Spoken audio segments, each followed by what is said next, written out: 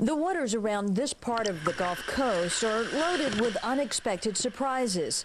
One of those surprises revealed itself in the sands of Johnson Beach. I saw what I thought was driftwood, and we took a little walk, and there was an obvious ship that had been uncovered. Only a small part of the ship is visible, only 30 to 40 feet, and no one seems to know anything about it. Everybody was completely surprised and completely intrigued.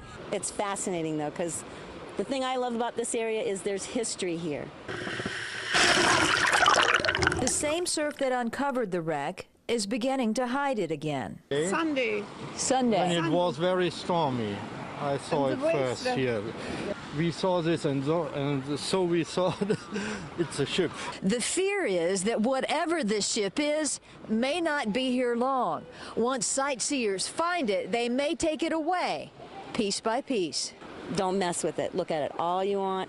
Don't mess with it. Just past the surf line, the mystery remains. Secrets guarded by time, making a brief appearance, keeping the curious hungry for more. Mr. Joe has had plenty of time and years to perfect his craft. He spent the last 12 years in and out of prison, and he always carved wood in a workshop there. Most of this in prison just for therapy. After his latest incarceration, he came to the Salvation Army to get sober and is very appreciative of all the help he's received. They did wonderful things for me since I've been here, so I just want to give back. Mr. Joe is working past his addiction, and he plans to continue his carvings for others to enjoy. They'll be swinging rackets. They'll be swinging bats. And they'll be swinging clubs this weekend in Mobile. Mobile's hosted an LPGA tournament. The economic impact is measured at about $2 million. The exposure harder to calculate, but some say more important.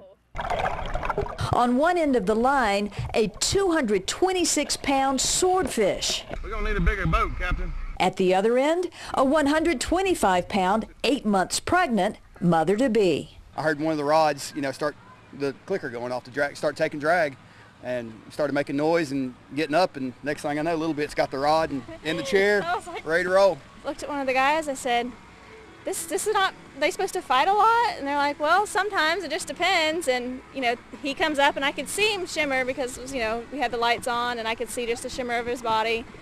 And then I guess he didn't realize he was hooked. And then down he went and the battle began. That battle lasted 2.5 hours before Hannah Kelly hauled in the biggest fish of her life. He is boated, Batman. Woo! Any minute I expect her to go, my water broke.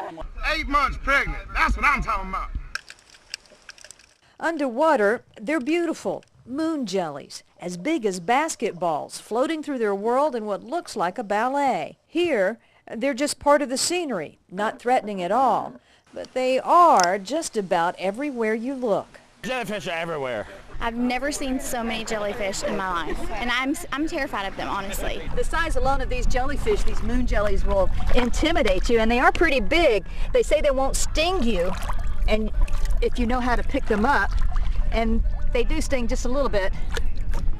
It's just not as bad as some jellyfish. Moon jellies are here all the time. It's a normal thing. Gulf State Park naturalist Kelly Reitz will tell you there are a lot more dangerous things in these waters than jellyfish. They're pretty much harmless if you touch them. Like I did, there's a very mild sting. It doesn't really hurt that bad. I've already been stung by one. It wasn't bad. It was like a mosquito bite, almost, maybe a little more painful. Still, you probably don't want to do this. All sorts of jellyfish move into warmer waters pushed by the currents, so chances are you will run into some. I just watch out and see where my feet are. If you're not a fan, just give it a couple of days. Just avoid them and have fun. Just like when they seem to appear overnight, they'll be gone. Mail call! Mail call! And you say, man, what an experience, really. Lucky to be here.